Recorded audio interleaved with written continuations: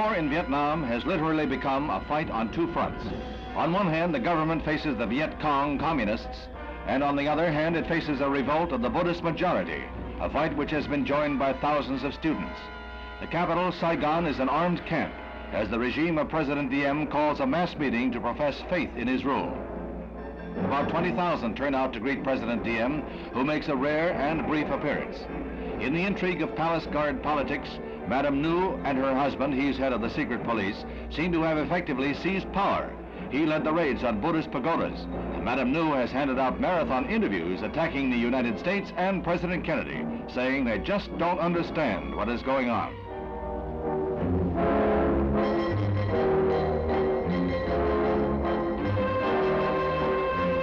Press conferences seem to be the order of the day. The military governor of Saigon, That Dinh, called one to hold foreign interventionists responsible for the riots. Just who, he didn't say.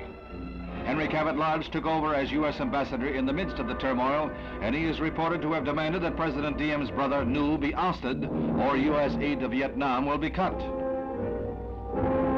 Aid to Vietnam by the U.S. has added up to $3 billion and 14,000 men. Men who are called advisors, but who are in the thick of the battles against the Viet Cong Reds. U.S. helicopters are the workhorses of any battle action, the only quick means of travel in this land of swamp and jungle. When reports of the enemy come in, the whirlybirds go into action. This is a foray on the Ca Mau Peninsula. The communists moved into a village during the night and were cut off in a surprise action. The copters move in with South Vietnam troops to wipe them out.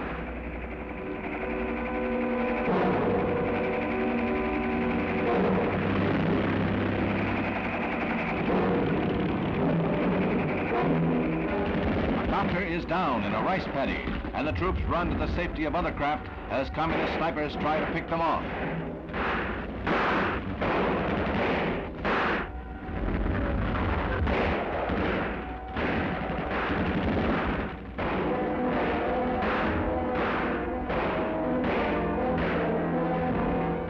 Government losses were estimated at 26 killed and 30 wounded in the action.